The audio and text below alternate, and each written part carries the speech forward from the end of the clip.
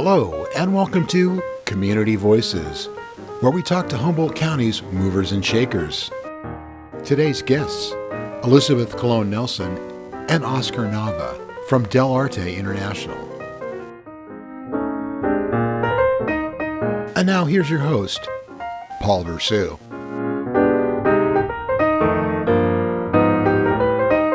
Hello and welcome to Access Humboldt's Community Voices. My name is Paul Bressoud. I'm your host. Today we're joined by Elizabeth Colon Nelson, the faculty chair of Dell Arte, and third-year master's student Oscar Nava. Welcome to you both to the program. Thank you. I want to ask questions for Elizabeth. I always tend to start these interviews by asking people what their jobs are, and what is a faculty advisor for Dell Arte? That's a really good question. Everybody always says that when we start. Right now, I am part of, so a faculty chair, how we are envisioning it. This is a whole new position at Dell Arte. This is the first time it's ever existed. And we are reimagining what leadership looks like at Dell Arte, including leadership for the school. And so the faculty chair position, point of holding and accountability. So I am part of the Collective Leadership Council, and as part of the school voice on that council with 3 other women, I'm hoping to not be the center of leadership at the organization or the voice of the school, but help hold the collective of voices of my ensemble and other faculty members that I work alongside of. So, but that also includes so many other job responsibilities. Okay, so I guess that's the question to ask then. I mean, as a fan, I get to go to these productions and enjoy, the entertainment of it all. But there are many more programs inside Dell Arte than just what we see when we go to a presentation. So maybe you can explain some of those, and then we can, we'll know what Oscar is doing in there, and we can ask him about what that's like. Dell Arte does a lot. And one of the things that we do... and over the 50 years as an organization, we have done so much more than I'm even going to be able to share here. One of the things that we do is we are a school and a training program. And I want to just acknowledge that we are guests on the ancestral Wiyot land, and we honor them and welcome them into our process. And that is also part of what we do. We are part of a community. And as community members, we're actively looking for the stories of this place that we can both incorporate into our training as theater and physical theater makers, but also on the stories on stage that we show to you all for community members. So, but we're also, we have programs at Pelican Bay State Prison. We have 2 women who are working on the Bartow project, which is now a multi-year project centered around the artwork of Rick Bartow. And that's becoming a film piece. We have Joan Shirley is working on Bird of the Inner Eye, which is an opera show. So what we do is, and that's just a tiny little portion of what we're doing. Okay, so you have students, and Oscar, you are a student there at Dell Arte. How did you find out about the programs at Dell Arte and make the journey from, as you told me earlier when we were talking, Riverside to Blue Lake? This is really a big part of my life story personally. Because in my high school and undergraduate theater career, I like the capstone research project for both of those periods of my training and education were investigations into wayang golek, or Indonesian rod puppetry. So I was like, what is this? I don't have a lot of information about this. And didn't get it in high school. Was like, this is cool. I appreciate it, but I don't understand it. And then I set out to do the same thing at the end of my undergraduate degree at Whittier College, good old Quaker campus. And at that point, of Richard Nixon, for God's sake. yeah. Oh, yeah. So I set out in college to make a puppet and try to perform a piece while also doing a research. And in doing my research, I realized I could not do that. Number one, because the materials I was using weren't successful in creating a puppet. I was using like a different kind of clay I wasn't used to and trying to cast in plastic. Went off the rails. But I showed my progress and had this hour-long discussion on how desperately I wanted to perform it, but I couldn't. And these are the reasons why, because it is such a deeper experience than what I would have if I were to do it by myself in Whittier. That would be a whole different thing than what Wyangolik is. It's so steeped in the culture of the people and the place and the philosophical history and belief that is practiced in Indonesia. And like Mother's Day, the day after I gave this presentation, the technical director who helped me develop my thesis sent me a flyer saying, "Hey, Dell Arte has this program in Bali if you want to go learn how to make masks." Wow. So it was like a special day celebrating my mom. I was at the breakfast buffet table. Thankful that we were able to do that. And I'm just scrolling and asking my mom, "Hey, Mom, can I go to Bali for this program? Mom, can I go to Dell Arte for my graduate studies?" I just found out they had that. So it was really just off the cuff for me. Developing my audition was a very lengthy process because I was like, the uncertainty, and life happened and I had to go to Mexico for family stuff. My grandparents were visiting and we learned about a death in our family. So I went back with my grandparents without a return date, and with their help, like my uncle's help, he helped me finish my audition, and I was accepted into Dell Arte when I was still in Mexico with family. So it was me stepping into a big thing that I had no real foot in, no real understanding, not even realizing that I was coming to the Redwoods. I was just like, okay, I'm gonna pursue this impulse, which has brought me to it's really a once in a lifetime process. Well, let me ask you a question. Did you ever get to Bali? No. Okay, now, Blue Lake is no closer to Indonesia than Riverside is. So now you're up here. Are you finding, that with that creative spirit that sent you here, are you finding that here? So I came with the intention of going to Bali because it's part of the 3-year program. Just to articulate that, and having had 2 years of the students going, the third years going and coming back and sharing what they did in Bali, really got me jazzed, and I sort of just sat with that excitement without going into I'm the expert because I've done this thesis twice already, because I really don't know. I still don't know. I was just... You probably are the only one that ever wrote a thesis on something they didn't know about. Yeah. Science. Yeah.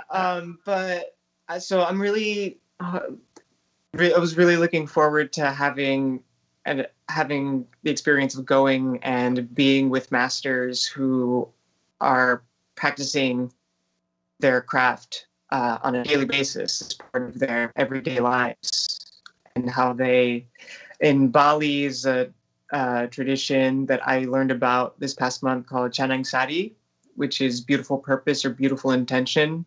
And I did not get to go to Bali. Short answer. Long answer is that with it was a pretty frantic conversation, but a conversation nonetheless with students and faculty of like, we can't go to Bali, what are we going to do?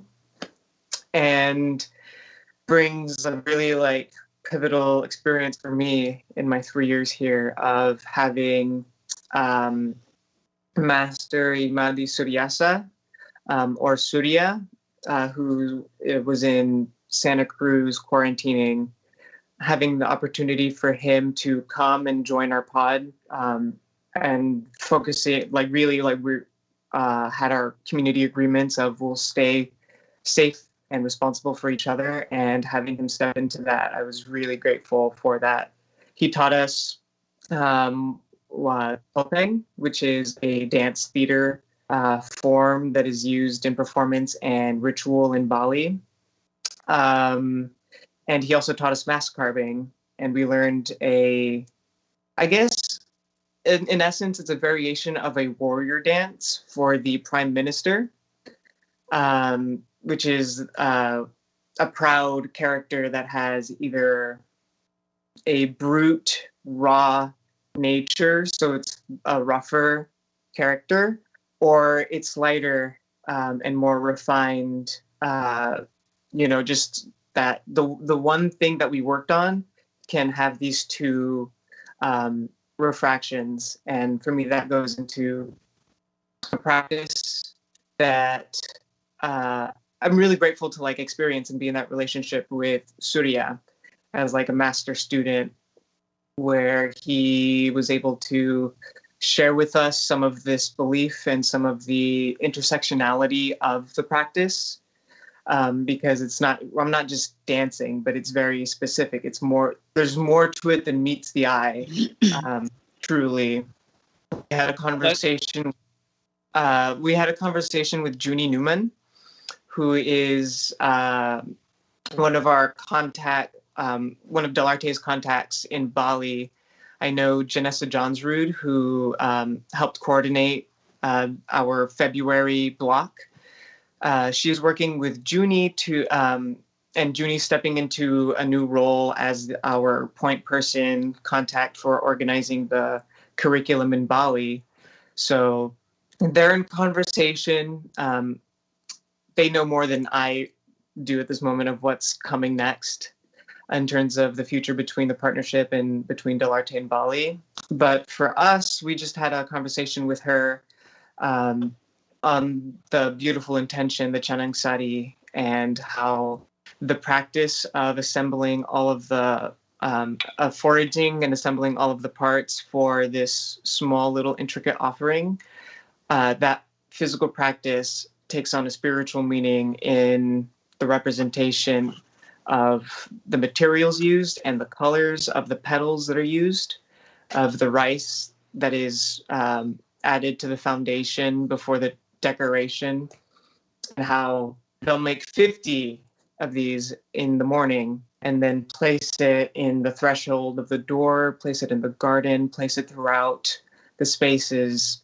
And then they'll, in Bali, it's commonplace for you to step outside and see these offerings everywhere on the street. And I missed out on that, not having gone to Bali yet. So that Not yet. You haven't missed out on it. You've just not had Not yet. Not yet.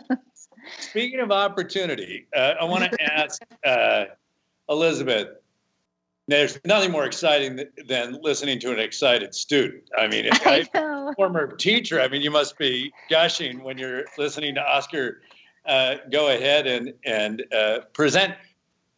How much of Dell, and I would think this would be a challenge. You're a faculty advisor, so you have to hire people to be the teachers. You have to offer programs, and yet it sounds like, from listening to Oscar, that people have the experience and then they just go with ideas, with creativity. How do you have a formal structure with such creative people? Well, I mean, this is a phenomenal conundrum, right? This great paradox, and maybe it's because I'm a mom, like having that moment where like I birthed a child and then they're a living being, and I have to and I like get to experience life with them, alongside of them, and they have completely different experiences. Not that Oscar or our students or any other faculty or our students are my children, but that relationship exists and grows. And that, I don't know, that's kind of the fun, is that I don't get to hold all of the knowledge of this work, that it grows and expands, and that I learn and grow alongside of Oscar and other students. How do you provide a program for Oscar and the Oscars of the future to come and be able to, it's the ultimate of the broad-based education where there's all these interests and they just get to run with it? Well, it's in the specificity of the work, right? So we offer physical theater training. And we have very specific ways in which we come to that work that's rooted in Humboldt County, the beautiful nature that we're inspired by, as well as Lecoq-based training of the physical moving body. And we are also adapting and learning. We are constantly learning and educating ourselves for new ways to engage in embodied practices. But in the specificity of the work, the mask work that we do, clown, etc., it allows students like Oscar, as well as anyone else who comes through, to bring their full self to the work. And that's part of the transformative process. It both transforms the individual and the play. Right. Now, we heard Oscar mention pods, and we just heard you talk about physical theater. Now, Yes. How does one have physical theater during a pandemic? It has been a challenge. It has been like so many of us, right? Anyone who is in arts or involved in any sort of community organizing and gathering, to do this work safely, securely, has been a challenge. But our 5 master students have really, I don't know, I get emotional thinking about it because of the work that they have done to both keep themselves safe, as well as work with our COVID policy person on our faculty to make sure that we're getting tested, we're getting vaccinations, that we have commitments around who can be a part of our pod and what happens when you go out of the county, etc. We're just being safe and trying to follow the CDC guidelines. And a lot of that means we have to let go of some stuff. So last year, the Mad River Festival didn't happen. Right. But this year, we're talking about maybe it could happen. I was just going to say, how do you have a performance school with no audience? It's been so hard. It has been so hard because that's, our students, the holiday show was all online. And a major key component and aspect of learning, and you've seen the shows, is the audience interaction in the work that we do. And so, but we're adapting, right? That's part of emergent strategy from Adrienne Marie Brown. You adapt with intention for what's needed now. And Oscar, what's needed. I'm sorry. Oscar, do you feel like your experience as a master's student has been, it's certainly been changed, but diminished in any way by not being able to be in front of an audience? I feel myself wanting to really expand into this question because you expanded into the last one. Social media, yeah. It's what I do. It's not simple for me. Things have layers of meaning, and for me, it's a privilege and it's an honor for me to be part of this program, to be in this pod that is performing together safely.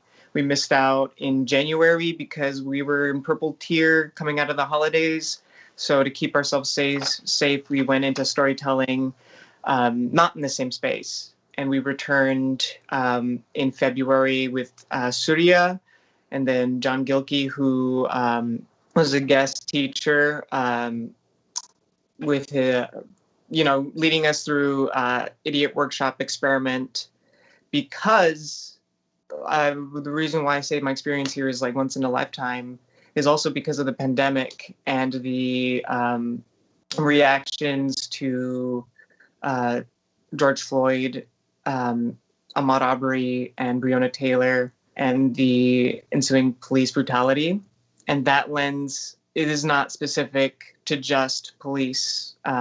It also affects all of us in predominantly white institutions, and which Dell Arte is a predominantly white institution.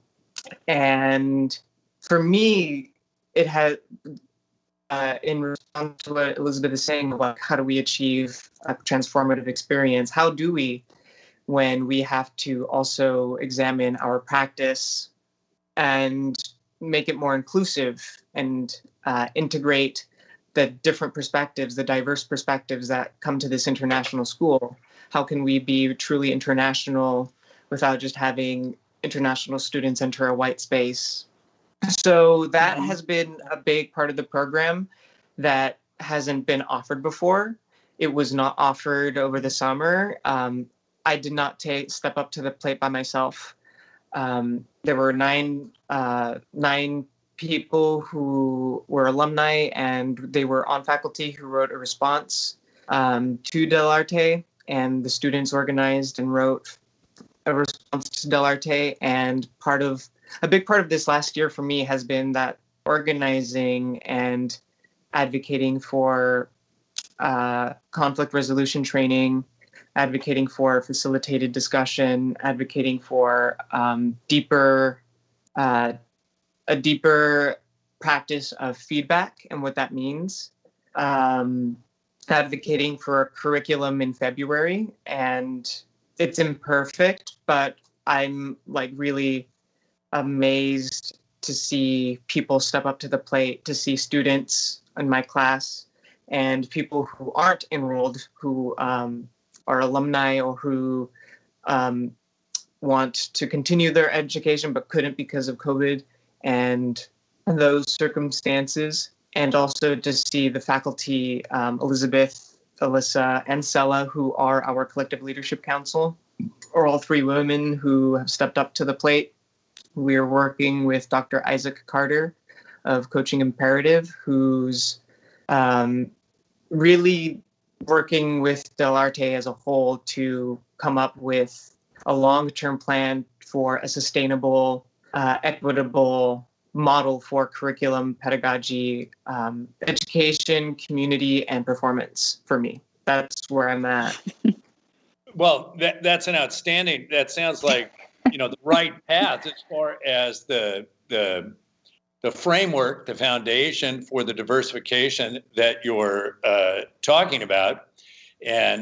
But a short question is, no matter what you're talking about, how hard is it to get students, period, right now, to reach out and to diversify? I mean, how hard is it to get people in the door right now? It's a huge challenge. But I recently heard someone say it's, the challenges are also the opportunities for creative solutions. And so we're working with our students, with our wide network, with our new board, with the Collective Leadership Council, to just say, what have we been missing? Because we've been focusing solely on stage and in-person teaching. So we're excited we're doing some really cool online classes that are happening this summer, and we're excited to share that with you. And there's a lot of new things that are developing.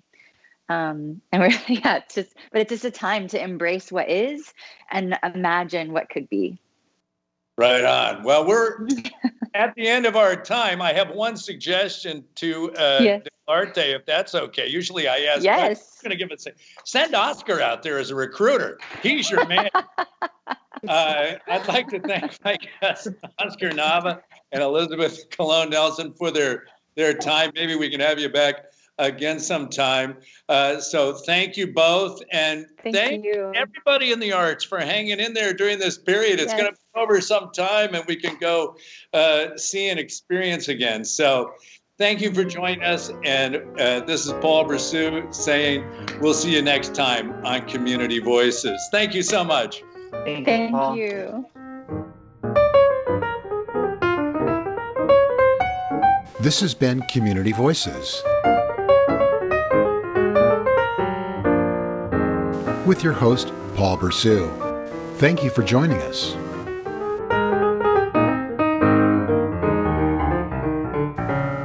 you represent a nonprofit organization and are interested in being a guest on Community Voices, send an email to info@accesshumboldt.net or call 476-1798.